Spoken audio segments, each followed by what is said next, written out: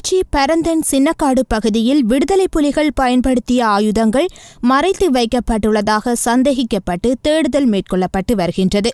தனிநபர் ஒருவருக்கு சொந்தமான காணியில் விடுதலை புலிகள் ஆயுதங்களை மறைத்து வைத்துள்ளதாக விசேட அதிரடிப்படையினருக்கு கிடைத்த தகவலை அடுத்து இந்த தேடுதல் நடவடிக்கை மேற்கொள்ளப்பட்டு வருவதாக கிளிநொச்சி போலீசார் தெரிவித்துள்ளனர்.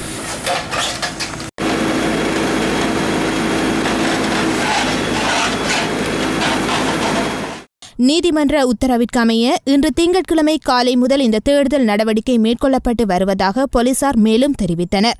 அத்துடன் குறித்த அகழ்வு பணியானது 2 சமாதான நீதவான்கள், போலீசார் மற்றும் கிராம சேவையாளர்கள் முன்னிலையில் நடைபெற்று வருவதாக எமது பிராந்திய செய்தியாளர் குறிப்பிட்டுள்ளார்.